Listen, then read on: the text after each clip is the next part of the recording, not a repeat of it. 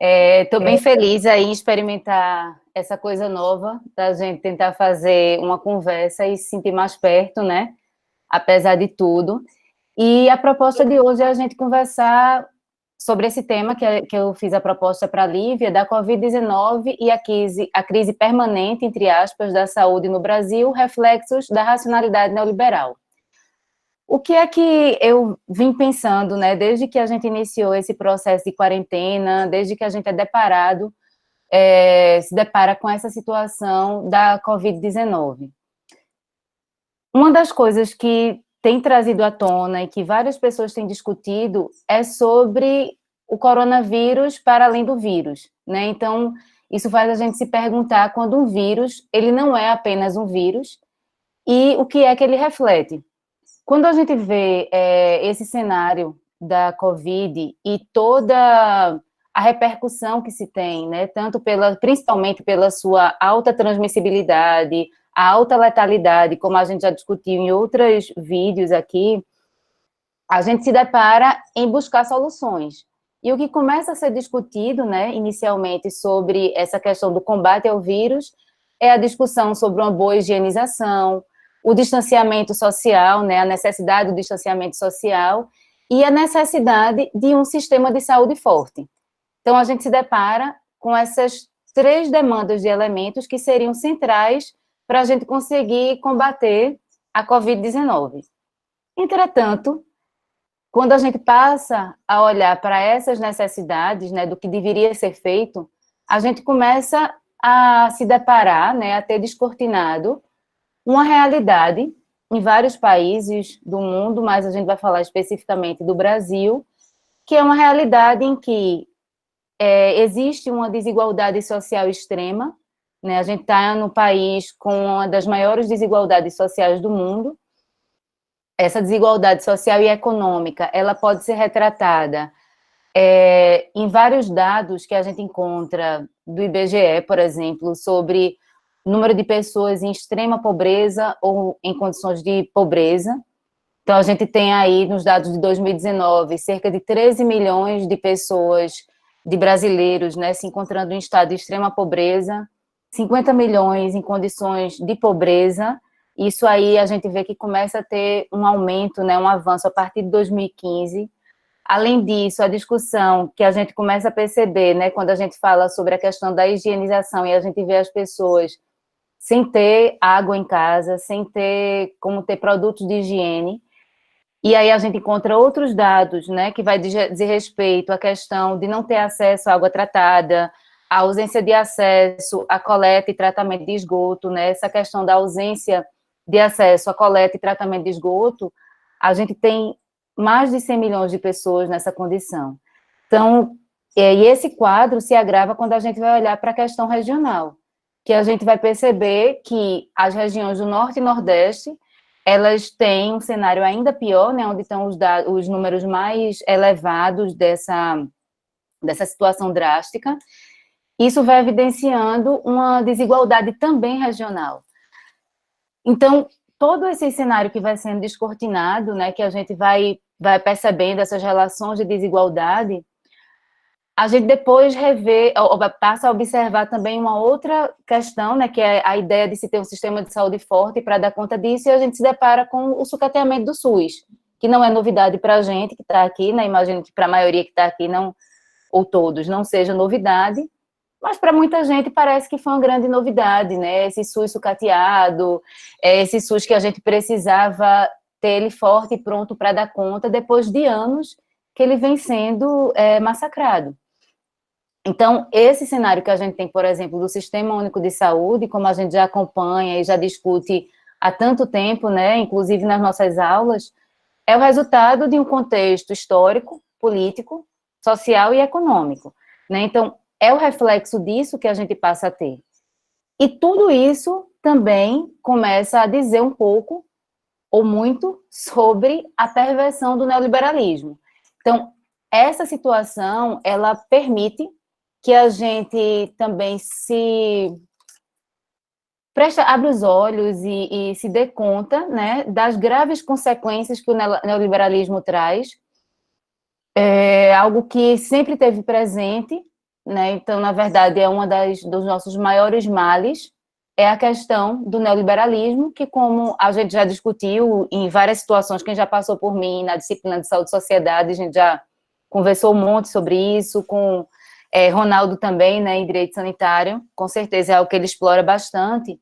E quando a gente vai pensar sobre o conceito do neoliberalismo, comumente ele é tratado como um modelo econômico que está centrado na privatização, né, das empresas estatais e na redução dos gastos sociais, né, de uma maneira bem simplificada falando, mas nos anos 90 é quando ele ganha força, mas ele não nasceu nos anos 90, né, ele vem ainda no início do século 20, mas no início dos anos 90 é quando ele começa a ganhar força. E essa força que ele ganha vem principalmente a partir de 1989 com o Consenso de Washington. Então, se a gente parar para olhar a linha do tempo, né, eu sempre digo que para a gente poder entender onde nós estamos, a gente precisa compreender de onde nós viemos. Então, não tem como a gente falar do hoje sem falar do nosso passado, sem olhar para a nossa história. Quando a gente vai olhar para quando o SUS foi criado, que foi em 1988, ele vem um ano antes de acontecer o Consenso de Washington, que foi justamente o quê? O momento onde governos e instituições financeiras internacionais se reúnem para discutir como fazer países periféricos, né, ditos periféricos, se desenvolverem economicamente.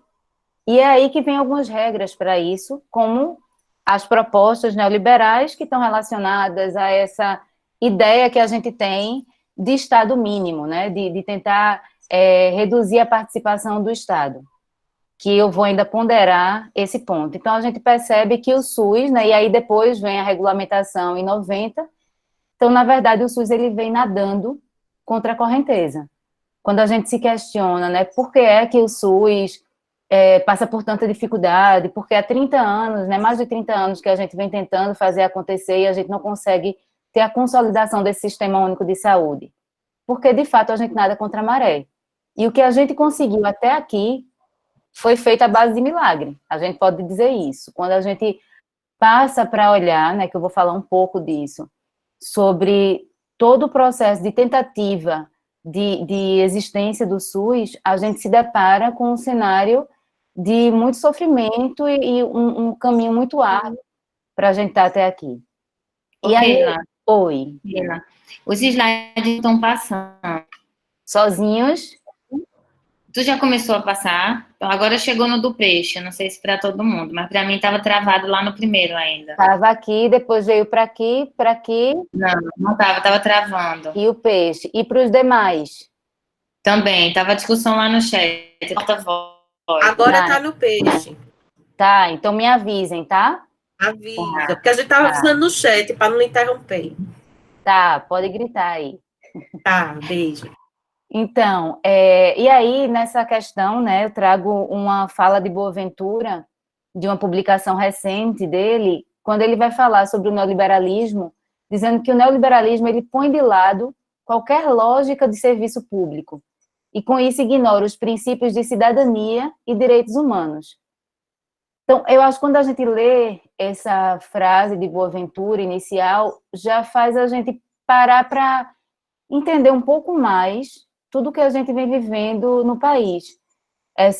Vários questionamentos, assim, esse período de quarentena me fez parar para pensar muito sobre como a gente chegou até aqui, né? Acho que a gente vem pensando isso desde 2016, todo dia a gente se acorda e pensa, mas nesse momento foi um momento de muita imersão para mim, para refletir mais sobre isso, porque eu não consigo ter explicação, mas quando você passa a beber de algumas outras fontes, revisitar algumas coisas que você viu antes e que fazia tempo que você não olhava, e começa a tentar entender, né? Para mim, na verdade, inclusive essa conversa com vocês é uma busca de tentar entender mais esse cenário, muita coisa começa a ir fazendo mais sentido para mim, pelo menos, né?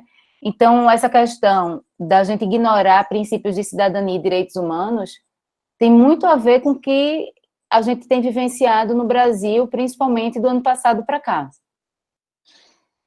Então, por opção ideológica, seguiu-se a demonização dos serviços públicos, a degradação das políticas sociais ditadas pelas políticas de austeridade, sob o pretexto de crise financeira do Estado, a privatização dos serviços públicos e o subfinanciamento dos que restaram por não interessarem ao capital.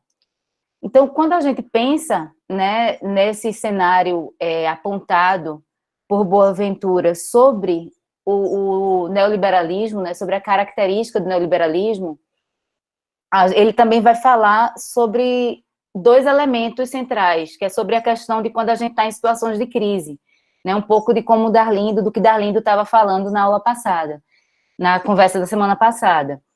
Essa questão das crises, Boaventura, ele classifica dois tipos de crise, né? Crises agudas e crises crônicas. E a Covid-19 seria uma crise grave e aguda. Por ser uma crise grave e aguda, ela desperta e mobiliza as pessoas, né? Ela traz uma maior mobilização, comoção, busca de solução. A gente vê todo mundo, menos os perversos, mas a maioria das pessoas estão mobilizadas diante disso. E é óbvio, a gente tem um cenário, né, que foi dado essa semana, esse gráfico aí foi do dia 19 de maio, que vai mostrar que a gente chegou a quase 20 mil mortes, né? A gente teve as mais de 1.000 mortes em 24 horas, pela primeira vez. E, então, assim, é indiscutível a gravidade disso e a emergência de se olhar para isso, né? Então, de fato, uma crise grave e aguda que desperta e mobiliza, mas a gente também tem o Sistema Único de Saúde com uma crise grave e crônica.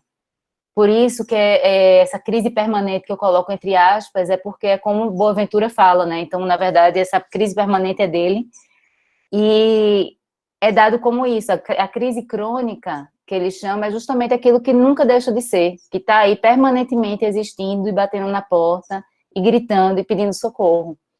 Então, deixa eu só tirar essa... Desculpa, gente, só para...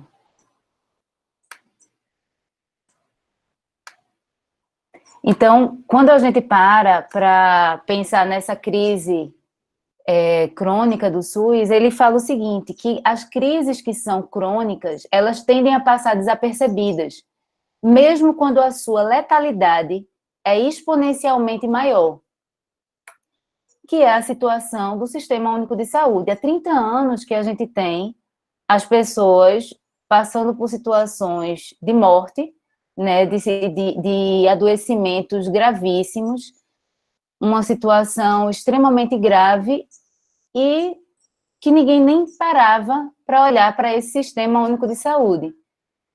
E aí, quando a gente vai olhar para o seu histórico do financiamento, né, que é porque é que a gente fala tanto desse subfinanciamento, como a gente já também discutiu bastante isso, a gente vê que desde que o SUS ele surge, ele vem, como eu já falei antes, tentando nadar contra a correnteza.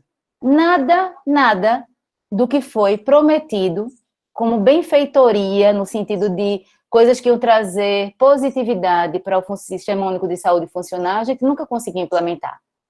Então, quando se determinou que 30% do orçamento da Seguridade Social seria destinado ao SUS, essa promessa nunca foi cumprida, né? O mínimo 30% era para ter sido destinado, até chegar à sua regulamentação. A gente não conseguiu efetivar isso.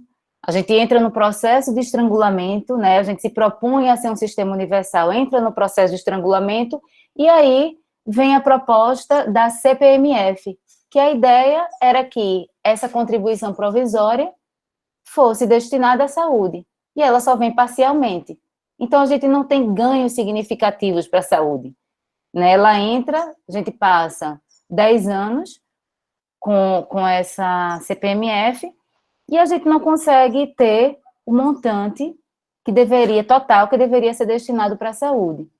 Depois a gente vai, finalmente, decide criar uma emenda constitucional, a EC 29, que era justamente para trazer uma maior estabilidade para o SUS e estabelecer valores mínimos que deveriam ser aplicados por Estado, município e governo federal.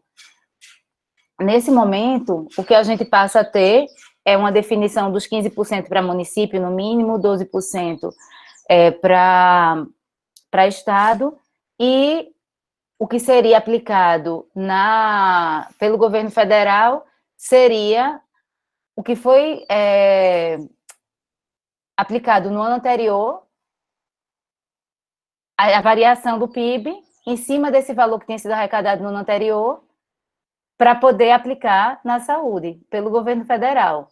Depois disso, a gente tenta estabelecer os 10%, fica nessa negociação. Eu costumo dizer que a gente teve uma odisseia, né, porque a gente começou essa discussão sobre a EC 29 em 2000, e ela passa a ser colocada como uma lei, a partir da Lei 141, que é quando ela é regulamentada. Quando a gente passa por esse processo, né, de 10 anos, mais de 10 anos, nessa batalha, a gente consegue efetivar isso e depois vem a EC 86, que ela vai trazer outro estrangulamento em cima do que ia ser aplicado pelo governo federal. Então, a gente começa a perceber como a gente não consegue ter um momento de respiro, de tranquilidade para isso.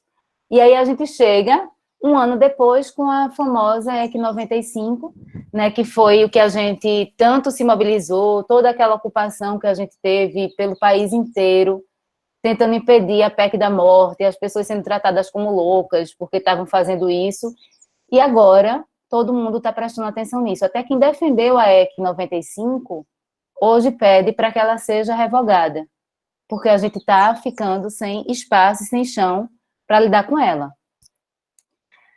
O que a gente tem aí é uma estimativa, né, que foi feita em 2016 sobre essa redução dos recursos federais para o SUS a partir da EC 95, que era chamada de PEC 241.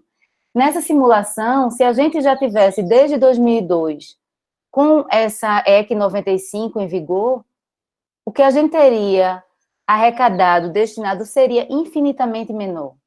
Né? A gente teria uma redução ainda maior desses recursos federais. Essa EC 95, como a gente já discutiu várias vezes, ela vai trazer um congelamento do que é de gasto primário, e isso vai incluir saúde e educação por 20 anos. Então, isso foi muito debatido, muito discutido, como é que a gente vai chegando nesse definhamento do Sistema Único de Saúde, no campo do financiamento, e ninguém faz nada, ninguém que eu digo, a população como um todo, né? E a gente se pergunta a que ponto chegamos, não é? E aí, a gente começa a tentar pensar, que é o que a gente discute constantemente, onde é que estão as pessoas, né? Porque as pessoas estão caladas diante de tudo. A gente tem um sistema em que a maioria da população brasileira, mais de 70% da população brasileira, é pelo SUS a sua única forma de acesso à saúde. A gente tem uma parcela significativa ainda de usuários de planos de saúde que utilizam o SUS, além de tudo aquilo que o SUS faz, a exemplo da vigilância à saúde, que é destinada a todos, e que nem todo mundo está nem vendo, nem reparando, mas está sendo destinado a todos esse cuidado. E, apesar disso, o SUS ele nunca se constituiu uma bandeira de luta para a população brasileira. Né? Tem uma galera ali tentando segurar essa onda e fazer sustentar e fazer esse milagre acontecer, do SUS funcionar apesar de tudo, e tentar mostrar o quanto é necessário e importante, e a gente tem uma parcela significativa da população que simplesmente ignora essa população, se torna como se fosse, não tivesse sentido os protestos que são feitos. E a gente se pergunta como explicar o silêncio do povo brasileiro, como explicar essa apatia diante de tanto desmonte, né? Isso a gente está falando da saúde, mas a gente poderia falar de vários outros desmontes. É aí que entra uma referência que tem me interessado muito nos últimos tempos, que é sobre a racionalidade neoliberal. Dardot e Laval são sociólogos franceses e eles tentam estudar a questão do neoliberalismo na perspectiva, utilizando três campos importantes, né, que é a sociologia, a economia e a psicanálise. E Dardot e Laval, eles vão dizer o seguinte, que não é apenas um modelo econômico. O neoliberalismo, ele é uma racionalidade, é uma nova subjetividade, é um novo homem, né? Então, a gente passa a ter pessoas que têm uma outra razão de ser no mundo, é outra forma de existir no mundo, de viver o mundo. E que tipo de homem é esse, né? Que sujeito é esse que surge a partir do neoliberalismo? É o homem competitivo, o sujeito empreendedor, o sujeito produtivo. Ronaldo, o professor Ronaldo fala muito sobre essa questão do homem-empresa, né? Depois ele pode até comentar de novo, ele tem um exemplo que eu gosto muito, que é a questão da vendedora de amendoim, que ele estava uma vez no carro. Oi? Os slides estão travados de novo. Dá uma olhada. Tá aonde? Tá aonde para vocês? A gente ainda estava no gráfico. Eita, foi. Foi. Saiu do gráfico? Ainda não. Tinha saído. E agora? Passou? Saiu, passou. Ônibus. Desculpa. Não vai interferir quando parar, tá? Voltou? Voltou. Pode seguir?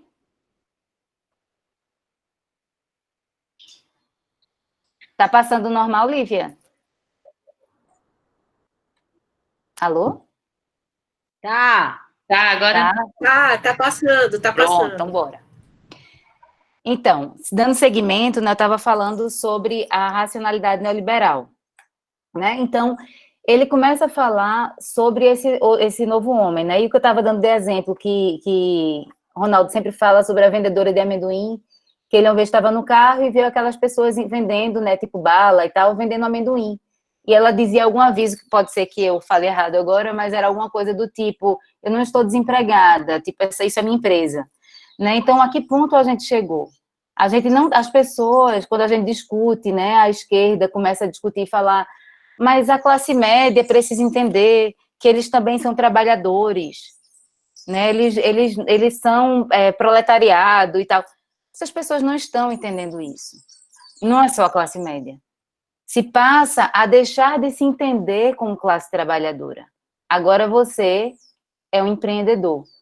Você é um sujeito produtivo e você alimenta esse movimento. Então, o que Dardot e Laval traz é algo extremamente grave e deprimente, que é a gente entender que essa mente humana, né, essa forma de se ver o mundo, de se entender o mundo, ela é transformada não somente de fora para dentro, mas também de dentro para fora. Então, essa racionalidade neoliberal, esse homem empreendedor, ele também alimenta esse neoliberalismo. E ao contrário do que a gente costuma discutir, né, sobre essa redução do Estado, de não querer a existência do Estado, pelo contrário, o Estado, ele passa a ser entendido, na concepção de Dardot e Laval, entendido como um meio fundamental para fazer o neoliberalismo crescer. O Estado, ele é algo necessário para trabalhar em função do neoliberalismo, e que a gente passa a funcionar sem nem perceber que está fazendo isso. Então, passou, gente? Passou. Então, os indivíduos, eles se tornam aptos a suportar as novas condições que lhes são impostas, enquanto seu próprio comportamento contribui para tornar essas condições mais duras e perenes. Ou seja, se produz sujeitos empreendedores que vão reproduzir, ampliar e reforçar as relações de competição. E essas relações de competição vai exigir que as pessoas se adaptem a essas condições, que são cada vez mais difíceis, né, mais duras, mas que eles próprios produziram. Então, a gente passa a não ter essa fala dele, eu gosto muito, que ele começa a mostrar que a lei se torna um instrumento privilegiado da luta do neoliberalismo contra a democracia. E aí isso começa a fazer sentido, né, pelo menos para mim, não sei se faz para vocês, a gente pode conversar depois, já estou perto de encerrar, para o Brasil que a gente se tornou. Então, hoje, a gente costuma dizer, mas tem a lei vai preservar a gente. As pessoas que votarem num presidente que ocupa agora o cargo, diziam, não, mas se não der certo, a gente tira, a gente faz e acontece, a gente tem as instituições para nos proteger. Uhum. Estamos buscando essas instituições, né? E essa lei que poderia nos resguardar. Então, a gente passa a ter a lei sendo utilizada a favor de tudo isso. E não é só de agora. A gente teve esse movimento de racionalidade neoliberal, inclusive em governos mais progressistas. Porque é algo que começa a ficar imerso na população como um todo. Né? Então, eles trazem uma crítica, inclusive dizendo que a própria esquerda também entrou nesse movimento e nessa racionalidade. Então, isso lembra muito uma entrevista, né, que Margaret Thatcher deu há muito tempo, e ela falava que a economia é um método e o objetivo era mudar o coração e a alma. Parece que esse objetivo ele tem sido alcançado, né? A gente não reconhece as pessoas. O que a gente tem discutido muito é isso, mas a gente não entende, e a questão de direitos humanos, né, que é uma violência que se torna legalizada. Então, Dardot e Laval trazem isso como sendo uma nova ética, né, é algo que passa a ser legitimado pela lei, pelo Estado. Então, o que a gente pode afirmar é que o SUS, que é um sistema pautado na solidariedade, ele é completamente incompatível com essa racionalidade neoliberal.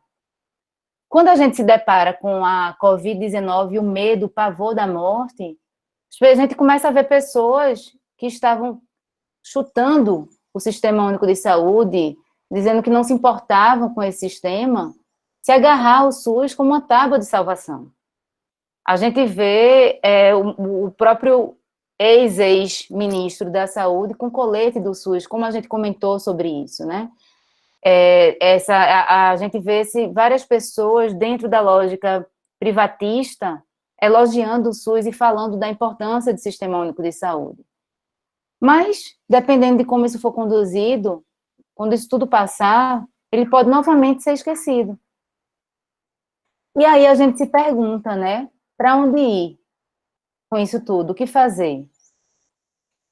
Dardot e Laval, eles apontam que a gente precisa criar outra razão, uma nova racionalidade precisa ser pensada. Não adianta a gente modificar a sociedade, né, o mundo, para outra forma de ser de maneira isolada, né, mudar a economia, enfim, não é isso que muda se a gente não mudar as pessoas, os sujeitos que vão estar compondo essa sociedade. Então, é a ideia de uma nova racionalidade. E aí, para finalizar, eu trago uma fala de Gramsci, para inspirar a gente, que ele diz: instrua-se, porque necessitaremos de toda a sua inteligência. Atue, porque necessitaremos de todo o seu entusiasmo. Organize-se, porque necessitaremos de toda a sua força. É isso, vamos agora conversar.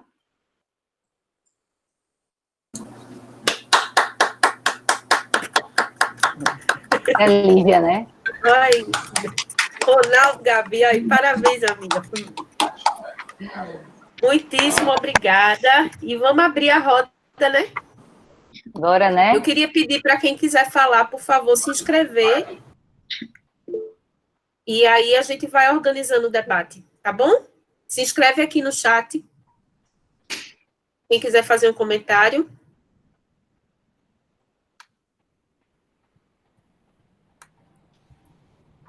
Por enquanto, só parabéns, Keila. Eita, aí faz o quê? Muitos parabéns. Por enquanto, a gente espera, né? Eu quero, apareceu o eu quero. Deixa eu ver. Ana Passos. Olá, Ana. Oi, Lívia. Acho que eu só quero dizer oi para a Keila, brincadeira. Faz tanto tempo que eu não vejo ela que eu disse, eu vou falar para matar a saudade. Aproveita, né? Ai, que massa, que massa. Não, eu queria pensar uma coisa junto, eu achei super interessante, achei muito maravilhoso olhar, trazer exatamente todo esse acervo da sociologia, né, para poder entender essa angústia. Tá chiando para vocês? Tá dando para ouvir, para mim. Estranho, para mim fez... Alô? Oi? Oi? Parou de Não chiar. estou ouvindo. Para entender essa angústia da inércia, né? Adorei, assim. Inclusive, essa historicidade da não atenção ao SUS, né? Que é a dialética. Você constrói um sistema único e, ao mesmo tempo, dentro de uma sociedade que não deseja a universalidade da saúde e da educação. É uma contradição. Mas o que eu fiquei pensando mais foi a questão do neoliberalismo ser uma nova racionalidade. Eu não sei, Flor, eu fico pensando, para mim, me parece que o neoliberalismo é a radicalidade da racionalidade ocidental.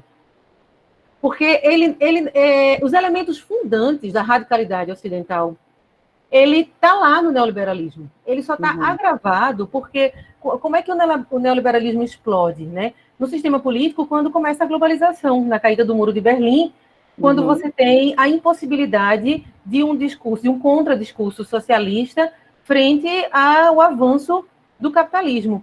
E aí, para mim, o neoliberalismo, ele é o requinte da mentalidade do capitalismo. Então, ela não é uma nova interpretação do mundo. Ela é a radicalidade da episteme ocidental, que é, na sua essência, aí lá vou eu, né, puxar a perspectiva da colonialidade. Né? Por que eu penso isso? Porque se a gente não pensar a colonialidade, né, a gente não pensar que a nova racionalidade precisa vir de outro espaço, precisa vir do continente africano, precisa vir de outras epistemologias. Ela não pode ser mais vista no continente europeu ou na América do Norte, que é a referência da atual configuração política do mundo, né? Então, o neoliberalismo, por exemplo, é a racionalidade norte-americana, né, que, de certa forma, bebe dos princípios fundantes da racionalidade iluminista. A gente está vivendo os mesmos preceitos, só que agravados porque a relação com o capital, a relação com o dinheiro, a mercadoria, né, o objeto dinheiro, ele foi criando um corpo sistêmico muito maior. Mas os outros corpos que nunca entraram na briga, né, da possibilidade da igualdade de ter recursos, eles não estão dentro. Eles não estão, eles não aparecem dentro. Então, eu não sei, eu fiquei pensando isso, fiquei com vontade de dividir isso, porque eu acho que a gente precisa encontrar possibilidades de respostas em outros sistemas, sabe? Observar como é que outros sistemas estão fazendo. Não que a gente não tenha resposta no continente europeu, a gente vê aí, inclusive, as mulheres que estão no comando em alguns países europeus, que estão fazendo boas possibilidades de combate ao Covid, né? Então, não é que não tenha, mas no âmbito da racionalidade mesmo, a episteme mesmo, né? Eu acho que a gente precisa buscar outras, sabe? Outros comandos, assim, de racionalidade, porque, para mim, o neoliberalismo é isso, assim, eu penso... O Boaventura, só para fechar, senão, o Boaventura, ele também tem outro momento que ele fala, assim, da sociologia das ausências e da sociologia das emergências. Sim. Né? E aí, na sociologia das emergências, ele fala dessa possibilidade de você ampliar o futuro olhando o que está na periferia, né, na margem, né, que ele vai chamar desse capital da periferia. E aí eu acho que a gente precisa olhar para ele mesmo, assim, para pensar realmente que é uma forma da gente criar... Porque, passado a apatia, né, a gente precisa entrar num coletivo de reações. Não sei muito bem como é que vai ser aí, esse coletivo de reações, já que a gente não tem mais a rua. Mas a gente, enfim, vai ter que ampliar aí essa possibilidade virtual e a possibilidade da escrita, né? A gente vai precisar trazer mais informações escritas, porque as pessoas vão vão trazer informação de forma efêmera agora, nesse momento de um vídeo de 1 minuto, um vídeo de 2 minutos. Então, já que a gente vai precisar, em contrapartida, para criar novos discursos, de ter mais tempo de se aprofundar em novas epistemologias, a gente precisa pensar elas em outros continentes, assim. Não sei o que você acha. Eu trouxe aqui para juntar, para colocar junto, para botar na roda. Tá, então, Flor, seguinte, eu penso, não nega, né, quando o Dardo e o Laval, eles falam sobre isso, eles não negam essa questão colonial, essa questão histórica do Ocidente e tal, isso não é negado. Eu entendo que é algo que eles aprofundam um pouco mais esse olhar, porque, por exemplo, quando você fala, né, quando a gente puder retomar, sair da apatia, vai sair da apatia? Tipo, eu vejo a gente tentando sair de apatia há alguns anos, né? Onde a gente chegou, o ponto que a gente chegou é um sentimento, assim, para mim, né? Porque para mim não tem explicação. Assim, a gente falava, o pessoal tá com algum alucinógeno, a galera tá louca, a galera, o que é isso? E a gente tenta mostrar as coisas e as pessoas, não é isso mesmo, isso. A gente ainda está numa briga quando a gente está olhando algo que é óbvio. Né? Então, para mim, é como se fosse, de certa forma, meu sentimento, pensar nessa racionalidade neoliberal, é como se me desse um caminho, uma luz do que é que está acontecendo, assim, qual é o nome desse psicotrópico, sabe? Sim, exatamente, uma resposta. Que está sendo consumido, e mostra que precisa ser ainda mais... a gente precisa encontrar outra saída. Talvez as ferramentas que a gente tem encontrado de luta e de mobilização, elas são ferramentas que funcionavam lá atrás e que agora a gente precisa se reinventar. Exato. Então, o meu sentimento diante disso é que a gente precisa entender isso e saber como a gente se reinventa, né? Como a gente pode fazer isso acontecer de uma forma diferente. Sim. Porque a sensação, e eles falam muito disso, né, sobre a questão da esquerda, de como a esquerda ela vai tentando, mas tenta da mesma forma, e a esquerda também entra dentro desse movimento. Quando a gente esteve no poder, né, o que é que nós fizemos? A gente criou sujeitos consumidores, a gente não investiu em cidadania, em ser cidadão, em politizar. Né? O investimento foi em aumentar o campo de consumo. Então, o Estado também passava a ser usado para alimentar esse neoliberalismo. Né? Então, a gente poder... E a gente talvez nem sinta, a gente está criticando o neoliberalismo e caminhando da mesma forma com ele. Né? Então, exato. Assim, eu penso que é mais um elemento, né? Esse não é uma única forma de entender. A gente pode pensar na questão que foi discutida até semana passada aqui, sobre a questão da religião, né? A questão da igreja, como ela tem tomado também à frente disso e tem cuidado de uma maneira completamente perversa das pessoas. Né? Na verdade, é um descuidado e também contribuído para essa racionalidade também, de certa forma. Então, acho que é isso. Acho que, na verdade, a gente tem que olhar para todas essas explicações e se recriar. Eu acho que o que eu sinto falta é que a gente se recrie, se reinvente, né? Porque se a gente voltar para esse mundo, que eu sei lá o que é que vai restar, da mesma forma, a gente vai ser levado, porque já estão passando trator em cima da gente e a gente não está nem sabendo mais o que fazer. Essa é a sensação. Saudade. Saudade! A pior coisa de assistir online é não poder depois dar um abraço. Essa parte, sinceramente, tem que achar uma solução para isso. Vou inventar. Sim. A gente tem escrito Marcos, Islândia e Ronaldo. Bora. Marcos. Oi. Oi, Marcos. Oi, Keila. Parabéns, viu, pela apresentação. Obrigada. Eu fico muito feliz porque esse é um tema que me é caro, por ser... Eu me identifico muito com os movimentos sociais de luta pela saúde. É uma história que eu carrego, uma historiografia, claro. Recentemente fui conselheiro estadual de saúde e a gente travou fortes batalhas contra a privatização do direito à saúde aqui em Pernambuco, que se materializa na entrega da gestão e da assistência da saúde às OS. A gente tem uma multidão de OS aqui em Pernambuco, Recife, que dominam hoje no campo da saúde coletiva, da saúde pública, né? Os espaços de gestão, inclusive de colegiados gestores. São as mesmas pessoas que circulam dentro de COSEMES e circulam em Secretaria Municipal de Saúde com a mesma lógica mercadológica de atender a interesses escusos. Uhum. Isso é muito caro. Então, ver uma apresentação como essa é muito boa, porque, de fato, você demonstra aí que a gente cai no risco do que Tocqueville já avisava, a ditadura da democracia. Estou eleito, eu posso fazer o que eu quiser.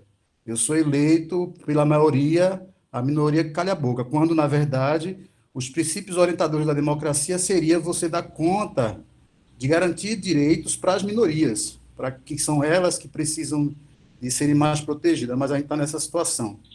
Uma coisa que eu acho importante nessa discussão de liberalismo, ultraliberalismo, neoliberalismo, é que o liberalismo ele é a invenção da própria democracia. Esse conceito Exato. eu gosto muito do professor Juan Carlos Montenegro, que eu estudei, fui aluno dele, e ele desenvolve um conceito chamado, ele desenvolve a ideia de democracia esvaziada. É um conceito utilizado só para dizer que existe uma ordem que nos normatiza e que a gente deve seguir, quando, na verdade, não há democracia. A gente tem que inventar outro nome, mas a gente não consegue, né? Porque, ao contrário, Uhum.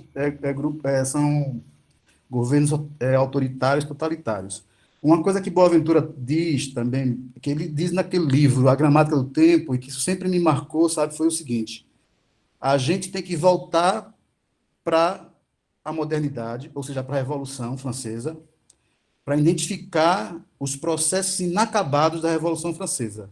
Aí eu comecei a ler e fui ver que Robespierre foi morto simplesmente porque defendeu o direito das mulheres. Então, veja que dentro da ideia liberal tem a defesa dos direitos das mulheres, das minorias, das diferenças. Só que aí, os machos, os homens, eles não queriam perder a dominação sobre os corpos das mulheres, mesmo sendo eles revolucionários, sabe? Lutando contra o poder absoluto do rei naquela época. Então, o Boaventura, ele faz esse convite para a gente olhar para essas representações inacabadas. E o conceito da fraternidade, para mim, ele é um conceito valioso, porque é ele quem foi suprimido. Ele foi suprimido. Direitos políticos estão garantidos, direitos econômicos, mas quando você vai pensar na liberdade do outro, na não exploração, porque o conceito da fraternidade, esse princípio é esse: nenhum humano irá explorar o outro humano. Foi nessa hora que os revolucionários não queriam abrir mão dos seus escravos, dos seus trabalhadores, dos seus empregados e, sobretudo, das mulheres. As mulheres não eram vistas como homem. Tanto é que a Declaração dos Direitos dos Homens, quando foi emitida. Então, é isso. Eu acho que olhar para como é que a gente vê isso. E o que me deixa... Só para terminar minha fala, porque, assim, eu acho que a gente... tudo que você fala é muito interessante, e eu acho que fica melhor quando você coloca a sua subjetividade e sai um pouco dos autores, quando você diz: minha gente, está todo mundo paralisado, essa turma tá todo mundo com Aldol aí, estão dando um spray de Aldol. Isso é fato. Mas sabe o que aconteceu? O próprio movimento sanitário no Brasil, ele se institucionalizou. A maioria de quem estava lá, em 88, virou secretário de saúde, virou funcionário público, professor de universidade, e a fraternidade acabou para esse povo. Não interessa a fraternidade. Então, eu fui trabalhador da saúde até agora, outubro, quase enlouquecendo. Os trabalhadores em Recife estão mais de 5, 6 anos sem receber aumento salarial, com perda salarial a cada ano. E ninguém se importa. Eu estudei numa instituição aqui muito importante e eu tive que ouvir aula de gente defendendo o modelo por OS. E eu dizia: eu não entendo isso. Eu não entendo como o cara está dentro de uma fundação se criou, tem uma história imensa com a construção do SUS, defende o modelo privatizante, de lógica neoliberal, exploratória, e que, sobretudo, é um ataque aos trabalhadores. Então, assim, é fundamental que as pessoas entendam que você entregar o direito à saúde ao interesse do capital é submeter os trabalhadores, porque você nunca mais consegue fazer uma greve, nunca mais consegue pensar os princípios solidários e humanitários do SUS.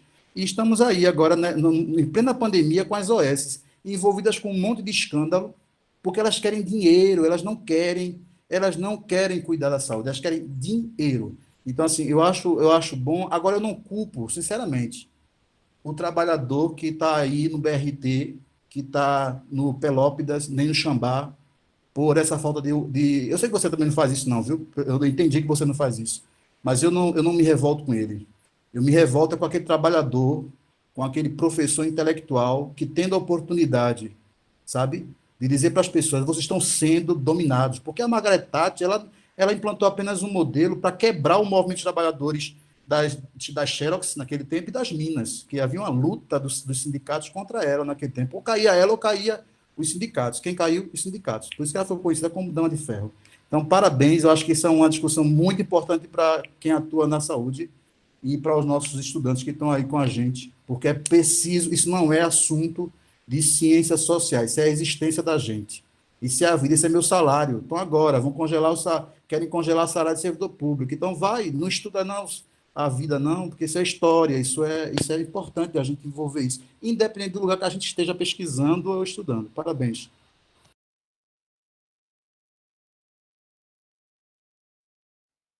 Keila, vai querer comentar ou a gente emenda as duas falas de Islândia e Ronaldo e tu comenta depois? Ok? Islândia.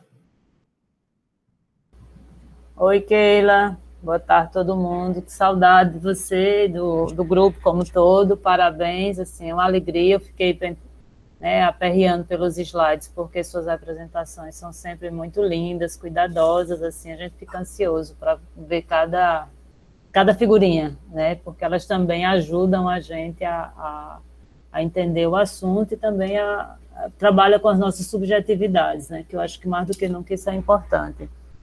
E fui contemplada muito na fala da Ana, né, nessa perspectiva de ampliar o leque, olhar de como avançamos, né, sobre uma perspectiva decolonial. Esse é um tema também que há alguns anos eu tenho estudado um pouquinho e trabalhado em duas perspectivas, porque essa ampliação do olhar, ela requer também que a gente veja assim, quais são os outros modelos que a gente pode estar começando a dialogar, né? Qual seria o modelo que pudesse, não vou dizer botar no lugar do neoliberal, mas que possa ampliar para dizer assim, existem sim alternativas, existem modos de ver e de viver a vida que possam ser atendidos se a gente utilizar outras perspectivas, né? E aí esse olhar para o Sul ele é importante porque já existem algumas perspectivas como a do bem viver, que eu acho que a saúde pública trabalha muito pouco ou não trabalha. E eu acho que, aí a minha pergunta é assim, como é que é a saúde coletiva, como é que vocês estão pensando, porque isso também nos cabe na saúde pública, a repensar sobre uma perspectiva decolonial, avançar em olhar, sim, outros modelos de ver a vida, né, outras estruturas epistemológicas, ideológicas, né, de olhar como os povos tradicionais, por exemplo, tratam a terra, né, como é essa relação de cuidado com as subjetividades. Então, esse recriar, eu fui contemplada também quando você respondeu, a gente precisa se recriar, sim, mas se recriar como? A gente já tem uma perspectiva, já está olhando alguns modelos que ajudam a gente a recriar ou repensar. Na minha experiência pessoal, eu acho que, assim, ter a possibilidade de olhar sobre essas outras perspectivas me ajuda muito a enfrentar e a encarar esse movimento, né, e falando ainda sobre a inércia, eu acho que uma das coisas que a gente, e eu falo a gente enquanto saúde pública, eu só aprendi isso muito tempo depois, como a gente tratou também esse outro mundo que estava sendo construído e a gente não viu, porque essas pessoas que a gente hoje chama de anestesiadas, na verdade elas estão vivendo sobre outra realidade, é como se fosse outra Matrix que foi construída com meias verdades. Eu estudei uns 2 anos o material que essas pessoas estavam consumindo, aliás, eu estudei há 2 anos atrás, não foi durante 2 anos, e quando eu comecei a enxergar todo o material produzido, o cuidado, né, o quanto eles investiram, o quanto isso, assim, foi um processo planejado, não foi um processo à toa, eu me dei conta de como a coisa era muito séria, né? Isso foi antes das eleições. E essa coisa, esse mundo ainda que eles vivem, essa matrix, ela acontece, tanto que várias das informações que a gente, né, divulga, elas são totalmente deturpadas. Então, essa recriação também, ela vai requerer de nós, de como a gente vai lidar com essas subjetividades, o que é que vocês estão pensando enquanto curso, é um pouco isso. Mais uma vez, parabéns, feliz e com saudades também, né, principalmente Keila, nossa Keila, né, tão longe, Mas, enfim, espero que brevemente a gente possa estar se encontrando e estar fazendo novos debates presenciais e estar se abraçando no final, né, Ana? Um abraço. Obrigada, Islândia. Vamos chamar Ronaldo para o comentário aí. Boa tarde. Né? Eu queria parabenizar a Keila pela exposição. Eu acho que é um tema oportuno, né? E eu acho que nós precisamos, a provocação de Islândia é brincadeira aí no final, né? Porque é isso mesmo. A Islândia nunca joga limpo, né? Islândia sempre entra de sola. Então, assim, ela vem e diz, sim, daí a gente vai fazer o quê? Porque é essa a explanação. O processo é essa leitura que Keila fez. Isso é uma provocação que mexe com o campo cultural, mas, acima de tudo, joga limpo, querido. Não diz que você joga limpo, você joga duro. Entende? Então, assim, a questão que falou cultural que está... exato. A questão que está posto é que nós estamos dentro de um campo cultural, de uma mudança cultural, mas o enfrentamento aqui, ou a repercussão, é no campo ético. Né? É por isso que o Dardot e o Laval, ele vai buscar inspiração nessa galera do Foucault, né? Dessa galera que mexe com a subjetividade. Eu estou nesse nível agora, tem poucas pessoas me chamando para tomar cerveja, porque eu quero logo dar uma cutucada no cabra lá, que é para dizer, bicho, tu tem ética ou não tem? Eu estou caminhando por aí nos últimos tempos, sabe? Porque está chegando no limite, né? Esse limite da passividade em relação a essa nova racionalidade, sim. Ela é uma nova racionalidade porque, se a gente parar e fazer uma leitura bem clara do que é o neoliberalismo e o que é o pensamento liberal, há uma distinção gigante. Marx deixou claro aí os elementos fundantes, né, do liberalismo, aqueles elementos que estruturam a Revolução Francesa, que estruturam a Revolução na Inglaterra, nos Estados Unidos, eles não dialogam com o neoliberalismo. O que une os dois é que eles acontecem em função da manutenção da burguesia. Esse é o único elemento de amarra entre eles. Mas é uma nova racionalidade. Como o pensar decolonial é uma outra racionalidade que nós estamos no lado que deveríamos estar refletindo sobre isso, mas estamos, digamos assim, aculturados pelo processo neoliberal desgastante. O que é que me chama a atenção na questão do Covid? Com todos os elementos que possa ter, o Covid provoca, nesse instante, uma ação positiva do Estado. Entendam, o neoliberalismo, ele vive... Eu disse, Ana, que nesse instante, a pandemia do Covid provoca uma ação positiva do Estado.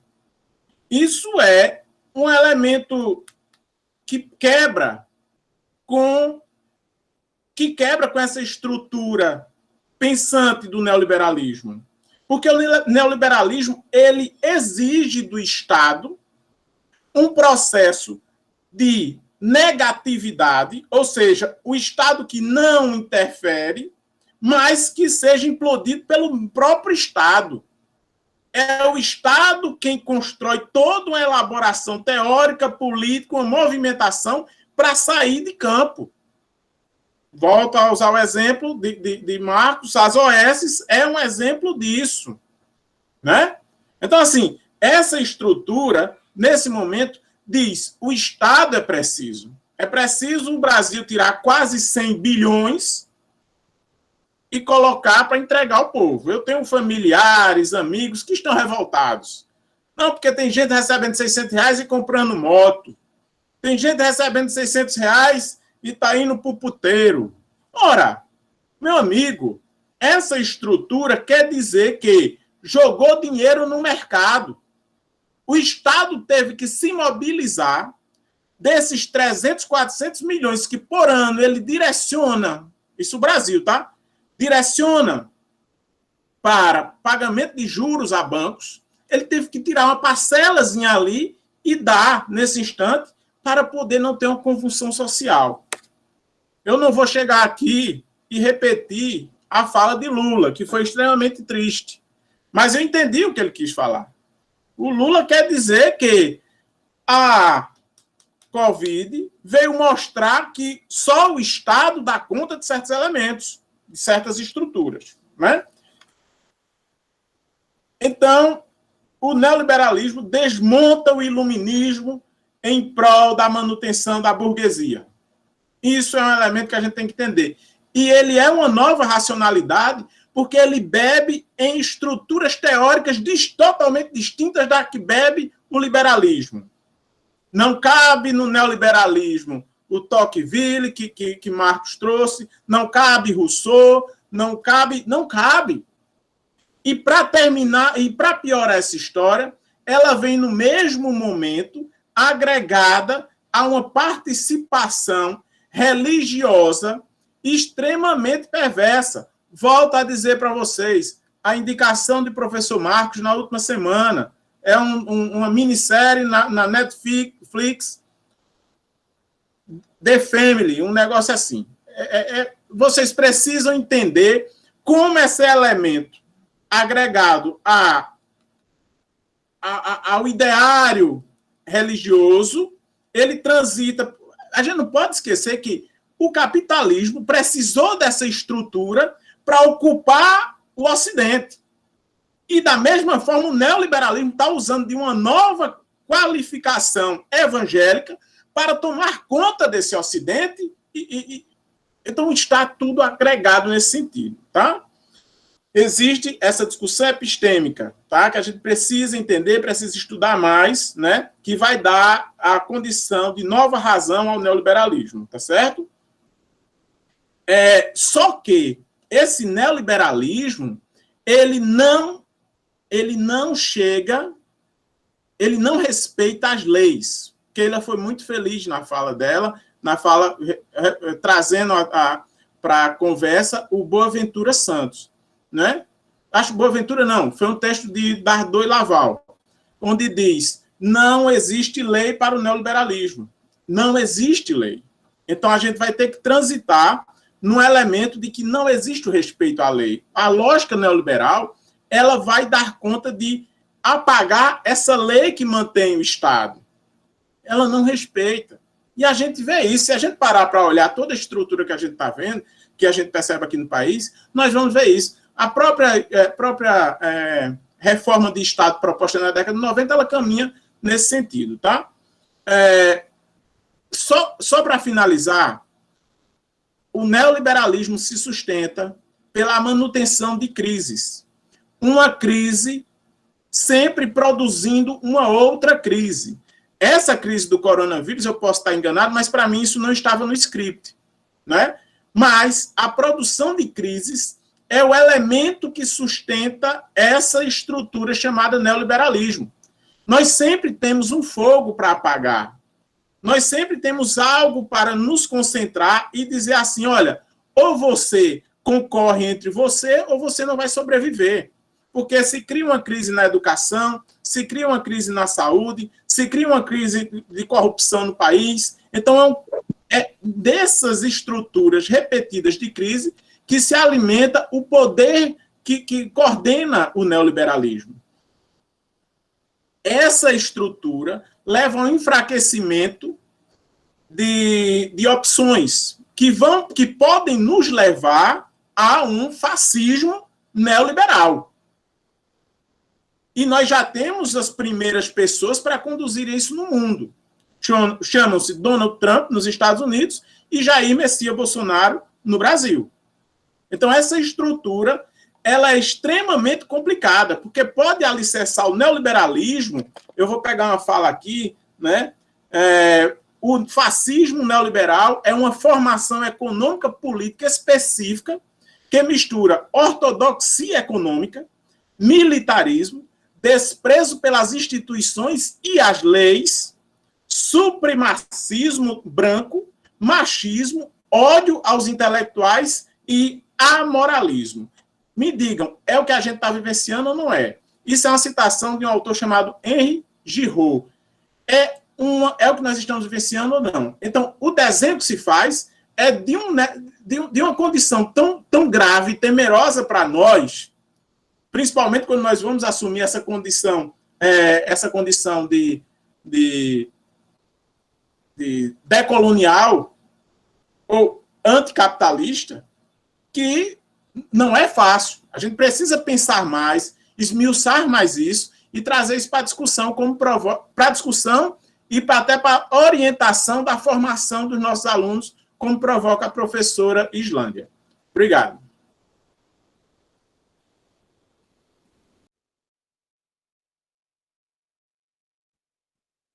Ativa o microfone, Keila, é contigo. Então, gente, queria agradecer imensamente, né, as colocações de todo mundo aí, contribui demais, e você vai dando...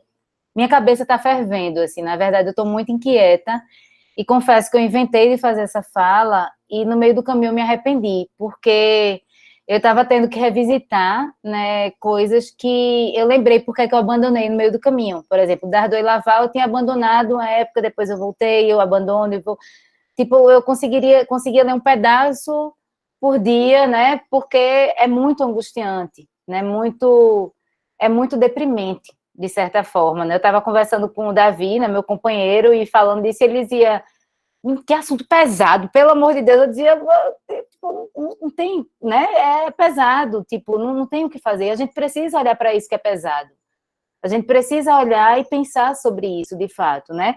Então, eu gosto quando o Marcos coloca, e eu entendo isso que ele fala da questão do trabalhador, né, de todo esse processo, só que, na verdade, isso somos todos nós. A gente nem se percebe que nossas próprias ações também caminham nesse sentido. Né? Eu não tenho resposta de solução, né? Como a Islândia pergunta, acho que a gente vai precisar inventar isso juntos, acho que a gente vem pensando tentando encontrar caminhos, mas quando a gente olha para, por exemplo, para o que Ronaldo traz, que eu acho muito bom e muito importante, que a gente parar para entender o que é que vem junto com esse trator que passa por cima da gente, porque a gente é atropelado e a gente não sabe quem passou por cima. Quem passou por cima foi tudo, né? Foram as instituições, foi a igreja, são os militares, é a polícia, é tudo. Tudo vem junto e se une em prol dessa coisa que a gente não entende e a gente se torna totalmente desacreditado enquanto movimento. Né? De certa forma, a gente está gritando na rua e as pessoas estão debochando do nosso posicionamento. Então, isso é algo que faz a gente se sensibilizar para parar e olhar, né? A gente precisa parar, respirar e olhar. Acho que esse é o primeiro movimento que a gente precisa fazer diante disso tudo. É tentar entender, né? Acho que os teóricos, eles ajudam a gente. Eu gosto muito quando a Ana Paula fala sobre a questão das ciências sociais, né? Que as ciências sociais, elas servem para colocar holofote, luz, naquilo que a gente está vendo no meio não consegue enxergar, naquele detalhe. Então, é a partir das ciências sociais que a gente vai conseguir também trazer explicações de coisas que a gente não consegue ver, né? Conseguir explicar isso.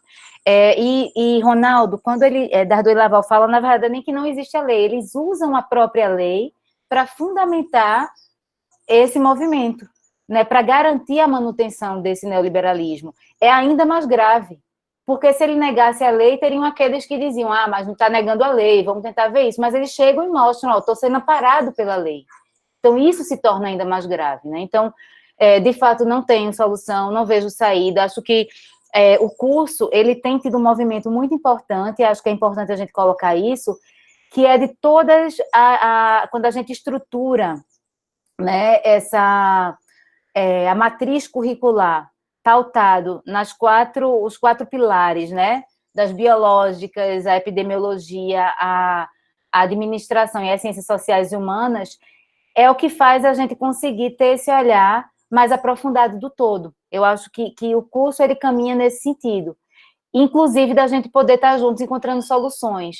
Quando a gente pensa na disciplina saúde coletiva e movimentos sociais, eu acho que essa discussão de hoje, inclusive, ela remete muito àquilo ali, aquele homem-empresa, quando a gente lembra das visitas e dos trabalhadores nas fábricas, dentro de casa, de produção de costura, né? O que a gente via, aquela história toda lá de Toritama.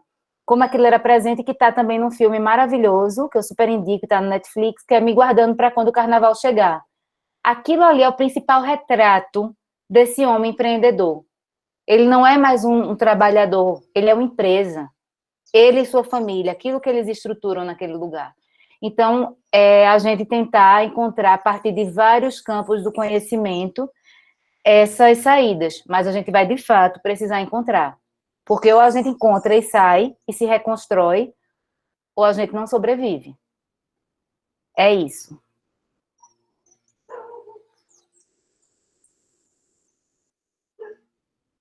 Eu acho que é isso, né? Agradecer demais aí a companheira Keila. Acho que o debate foi muito rico, e como você disse, Keila, é difícil, é um debate difícil, duro, mas o momento que a gente vive é tão difícil, né, também. Bom, agradecer a todo mundo, a gente chegou a ter mais de 40 pessoas na sala hoje, então, muito obrigada, e lembrando que na próxima quinta, a gente vai estar com o Paulo Ruben, discutindo o falso dilema entre saúde e economia, né? Então, a gente vai estar com o Paulo Rubens Santiago aqui, espero todo mundo aqui com a gente de novo, e vamos embora, né? Continuar na luta. Muito obrigada. Eu ia ter mais uma rodada, e fiquei caladinha esperando para a próxima. Ô, mulher, quer? Eita. Não, mas respeito o horário. Não, Ainda Adriana, tem é porque 15 minutinhos, não tinha Adri, ninguém olha aí. inscrito no chat. Então, eu achei que não tinha mais ninguém. Fala, Adri, o povo tá gritando aí. Fala, pelo amor de Deus. Tá bom, gente, vou lá. Então, eu vou optar por não citar nenhum autor, e eu tenho o privilégio, né, de morar vizinho a uma comunidade que representa a maioria da nossa população. Então, nesses tempos de pandemia, até por esses domicílios vizinhos serem muito pequenos, as pessoas estão na rua e elas conversam num tom que me permite ouvi-las. Isso está sendo, para mim, um grande laboratório e um privilégio, né? Então, diante de todas essas falas, que eu tenho muito respeito por elas, até porque é a construção da minha vida, né, da leitura dos teóricos, esse laboratório que eu estou vivendo me permite ver o quão distante nós estamos da maioria da população, né? E quando Islândia faz a provocação, sim, e daí? Né? É isso aí, e daí? Estamos numa distância abissal da maioria da população. Estamos nós, intelectuais, leitores, né? Essa leitura nos é fundamental. Ela nos permite estar aqui fazendo esse debate maravilhoso. Me entendam, me entendam. Porém, onde está a nossa capacidade de comunicar? O modelo neoliberal, ele tem uma superestrutura no sentido de comunicar e de cooptar corações e mentes. Quando aquela mulher do amendoim diz que ela tem uma empresa, imaginem a potência desse modelo. E aí eu faço uma leitura um pouco diferente. Talvez, não é, essa ideia é o que faz essa mulher se levantar todo dia da cama, gente. É o que faz essa mulher estar ali na batalha. E nós, o que é que estamos fazendo para que essa mulher entenda que, no fundo, ela é uma explorada? Ela está sendo desrespeitada coartada no seu direito enquanto cidadã, porque políticas públicas não estão sendo, de fato, objetivadas. Eu vou tentar ser rápida, viu, gente? Mas é porque eu fui tão provocada aqui, no bom sentido, né? Então, vamos trazer a discussão para a questão do protocolo de tratamento da Covid. O que é que eu escuto as pessoas dizerem? O que é que nós, com o nosso linguajar, estamos falando? Estamos falando de protocolos, de estudos randomizados. O que é que isso comunica? O que é que as pessoas estão dizendo? Elas estão dizendo, agora o governador está doente. Eu duvido que ele não vá tomar cloroquina. É isso que as pessoas estão dizendo. E por que elas estão dizendo isso? Porque é passado para elas que cloroquina é um privilégio dos ricos. E isso não é o sentido. Como que nós comunicamos que o Estado está cumprindo com o seu papel de vigilante da condição de saúde das pessoas e que não se pode tomar cloroquina porque ela mata, inclusive? Qual é a nossa capacidade de comunicar isso? E agora, na feridinha de nós, professores da UFPE, aula em EAD. O que é que isso tem a ver com a lógica neoliberal? Alguns de vocês vão me dizer nada. E eu digo, tudo! Tudo! Sabe qual é o discurso agora, dentro da universidade? Os jovens são a favor do EAD e os velhos são contra, porque eles não sabem lidar com a tecnologia. Isso é um engodo. Não é essa a verdade. Talvez a verdade seja de que quem tem mais idade, teve mais oportunidade de entender o quanto que uma aula em EAD ela não representa a possibilidade da sala de aula, do olho no olho, de sentir o cheiro, de eu olhar meu aluno e sentir a energia de que ele naquele dia não está bom e de eu poder, no final da aula, chamar ele para conversar. Eu sou fã da tecnologia, fã da tecnologia. Acho que a tecnologia é uma ferramenta maravilhosa e que ela pode nos ajudar muito em sala de aula. Isso é uma coisa. A outra é, como eu vi ontem num programa de pós-graduação, uma pessoa altamente qualificada do ponto de vista do currículo Lattes dizer que aula em EAD é mais eficiente do que aula presencial. Fico por aqui, louca para abraçar todos. Keila, muito, muito, muito parabéns. Amei, amei, amei, amei. Tá? Muito obrigada de estar vendo vocês. Alice, Ronaldo, olha lá, abraços, né? Então, sua coordenação foi maravilhosa aí, muito respeitosa, Keila, aos tempos. Muito obrigada e desculpe de ter prolongado mais tempo a reunião, mas é porque eu pensava que ia ter mesmo uma terceira rodada, tá? Beijos. Não, Adriana, muito pelo contrário, a gente agradece muito sua participação, agradece você estar aqui com a gente, agradece sua contribuição. Keila, tu quer fazer algum comentário? Somente agradecer, né? Ainda bem que a gente deixou ela falar. Ela fazer esse levantamento aí do EAD, gente. Nossa, quero te dizer uma coisa só, Adri. Não são só os jovens que estão... Os jovens não estão todos a favor do EAD, não, viu? Se você for ver aqui a maioria, você tem uma grande bandeira contrária e crítica à EAD. Pode Namastê ir, para nós. Namastê. para nós. Beijo, Valeu, gente.